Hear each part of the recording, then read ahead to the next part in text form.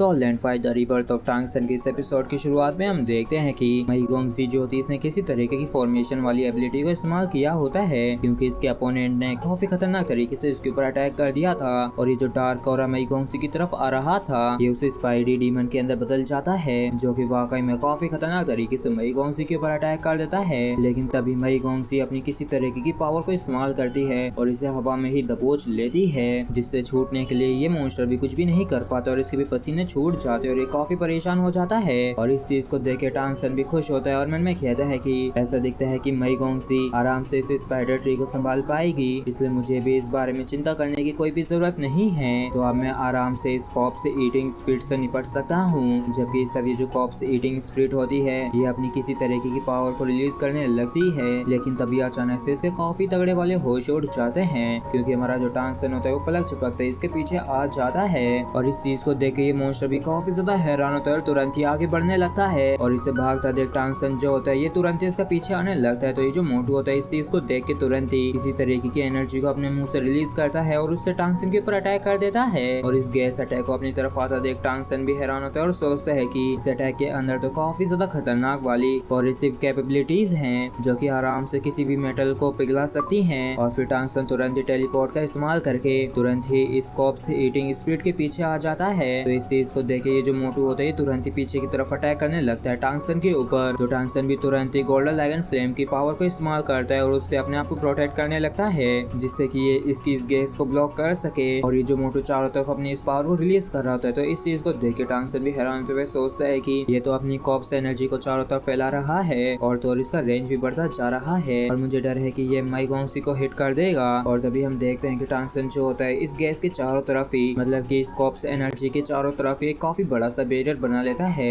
जो कि इस एनर्जी को फैलने से रोक देता है, जिस वजह से इस मोटू को काफी दिक्कत होती है और ये काफी हैरान होते हुए सोचता है कि आखिर ये क्या है और इसने तो पूरी तरीके से मेरी कॉप्स एनर्जी को कवर कर लिया है। और फिर टांग सन तुरंत ही अपने एक हाथ के इशारे से ही यहाँ पे एक स्पेस क्रैक ओपन कर देता है जिसके अंदर ये जो सारी कॉप्स एनर्जी होती है जाने लगती है। और इस चीज को देख के मोटू भी काफी ज्यादा हैरान होता है, मन में कहता है कि मेरी सारी कॉप्स एनर्जी तो इस स्पेस क्रैक के अंदर खींच ली गई जिसकी वजह से वो पूरी तरीके से गायब हो गई है। और तभी हम देखते हैं कि टांग सन तुरंत ही इसके पीछे आ जाता है और फिर टांग सन तुरंत ही एक के बाद एक करके काफी सारे इसके ऊपर अटैक करता है और कुछ ही पलों में इसे मार गिराता है। और जैसे टांग सन इसे हराता है तो ये जो मोटू होता है ये पतलू में बदल जाता है क्योंकि टांग सन ने अभी अभी इस कॉप से ईटिंग स्पिरिट की ब्लड लाइन पावर को एब्जॉर्ब कर लिया है। और टांग सन देखता है कि मई गोंगजी की साइड की जो फाइट थी वो भी खत्म हो गई है और हम देखते हैं कि मई गोंगजी ने भी अपने तरफ के इस स्पाइडी अपोनेंट को बड़े आसानी से हरा दिया होता है। और इसके साथ ये जो मैच होता है यहीं पे खत्म हो जाता है और इस मैच की विनर नंबर 8 टीम होती है। और टांग सन जो होता है इस स्पाइडी के पास आके इसे कहता है कि लड़ना मत और डरने की कोई भी जरूरत नहीं है, मैं तो बस तुम्हारी थोड़ी सी रिकवर करने में मदद करने के लिए आया हूँ। और फिर टांग सन तुरंत ही इसके ऊपर हाथ रख के इसे बिल्कुल ठीक कर देता है। तो ये जो स्पाइडी होता है ये भी तुरंत ही खड़ा हो जाता है और ये कहता है कि अब मुझे पहले से काफी बेहतर लग रहा है और तुम्हारा बहुत बहुत शुक्रिया। जबकि इस तरफ टांग सन खुश होते मन में कहता है कि तुम्हारा बहुत बहुत शुक्रिया,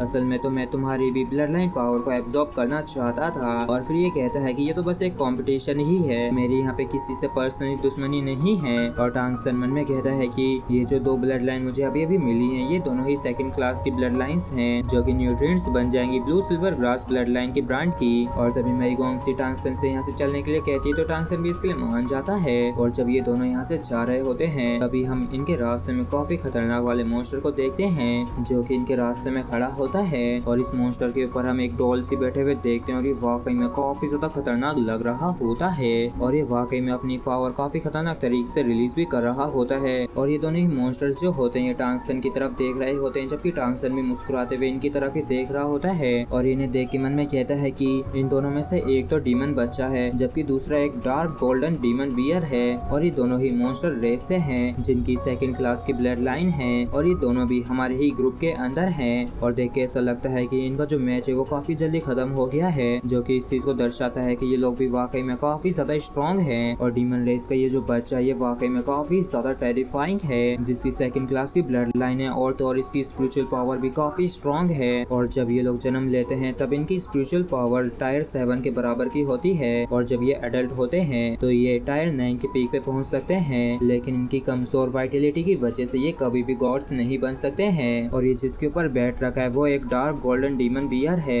जो कि बियर क्लैन लॉर्ड है और इनका जो कॉम्बिनेशन है स्ट्रेंथ और स्पिरिचुअलिटी का, ये तो वाकई में काफी खतरनाक है और ये दोनों ही जानबूझकर हमारे रास्ते को रोक लिए हैं। तो ऐसा दिखता है कि इनका बुरा इरादा है और तभी ये जो डीमन बॉय होता है ये इनके मजे लेने लगता है। तो टांगसन भी इसे काफी सीरियस होते हुए देख रहा होता है और मन में कहता है कि चलो मैं उम्मीद करता हूँ कि मैं तुमसे अगले मैच में मिलूंगा। जबकि स्टार गोल्डन बियर को काफी ज्यादा गुस्सा आने लगता है। तो जो डीमन चाइल्ड होता है इसे शांत करते हुए कहता है कि चलो भी अब शांत हो जाओ, इतना गुस्सा होने की जरूरत नहीं है। वैसे भी ये लोग भी हमारे ही ग्रुप के अंदर हैं, तो आज नहीं तो कल हमारा इनके साथ सामना होगा और तब तुम इसे एरिना के अंदर कंपटीशन में खा सकोगे।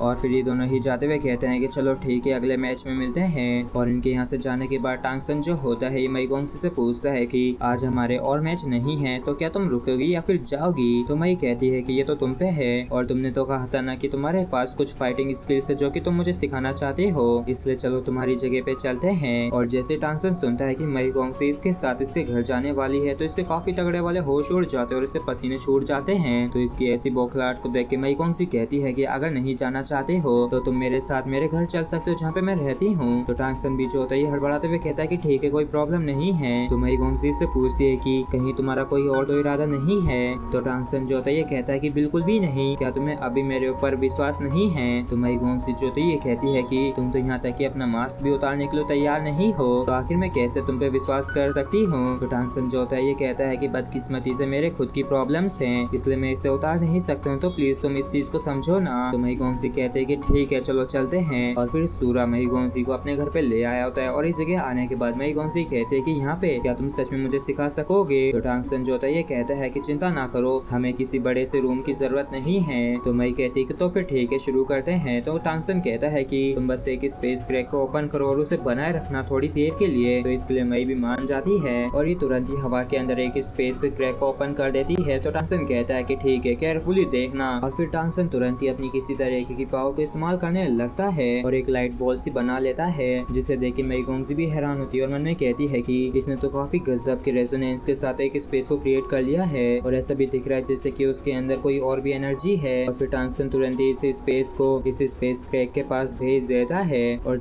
इसे रखता है। तो ये जो स्पेस क्रैक होता है ये गायब हो जाता है और इस चीज को देख के मैगोंगसी भी काफी ज्यादा हैरान होती है और ये कहती है कि मैंने जिस स्पेस क्रैक को बनाया था ये तो उसके साथ ही उस हिस्से में टूट गया, लेकिन आखिर तुमने ऐसा कैसे किया है। टांगसन बताता है कि ये मिस्टीरियस हेवन सर्कल है जिसके अंदर हेवन एंड अर्थ की हार्मोनी है और तो और इसके साइड्स में बुरा असर नहीं पड़ता है क्योंकि ये पूरी तरीके से राउंड है। और जैसे हम पोजीशन को चेंज करेंगे तो हमारे आसपास का टाइम और स्पेस होगा वो भी सर्कुलर हो जाएगा और इस तरीके से ये सर्कल प्यूरिफाई करने वाला बन जाएगा और हमें बस इस सर्कल को और भी ज्यादा परफेक्ट करना है। और जितना ज्यादा ये मिस्टीरियस हेवन सर्कल परफेक्ट होगा तो इसके चारों तरफ की जो डिसहार्मनी होगी वो गायब हो जाएगी। जबकि इस तरह मैगोंगसी को भी हमारी तरह ही बिल्कुल भी कुछ भी समझ में नहीं आया होता है, इसलिए ये भी मुंह बनाने लगती है। तो मई कहती है कि अगर ऐसी बात है तो चलो दोबारा से ऐसा करते हैं और इसके लिए टांगसन भी मान जाता है। तो मैगोंगसी तुरंत ही 3 स्पेस क्रैक्स को ओपन कर देती है। टांगसन भी एक हेवन अर्थ सर्कल को बना लेता है और जैसे ये स्पेस क्रैक्स इसके कांटेक्ट में आते हैं तो वो तुरंत ही पुर जाते हैं और इस चीज को देख के मैगोंगसी भी काफी ज्यादा हैरान होती है। और ये जो मिस्टीरियस हेवन सर्कल है ये टांगसन की स्पेस अंडरस्टैंडिंग है जो कि तब की है जब ये एक सी गॉड था। तो अपनी जिंदगी के अंदर टांगसन अपने करंट पावर के दम पे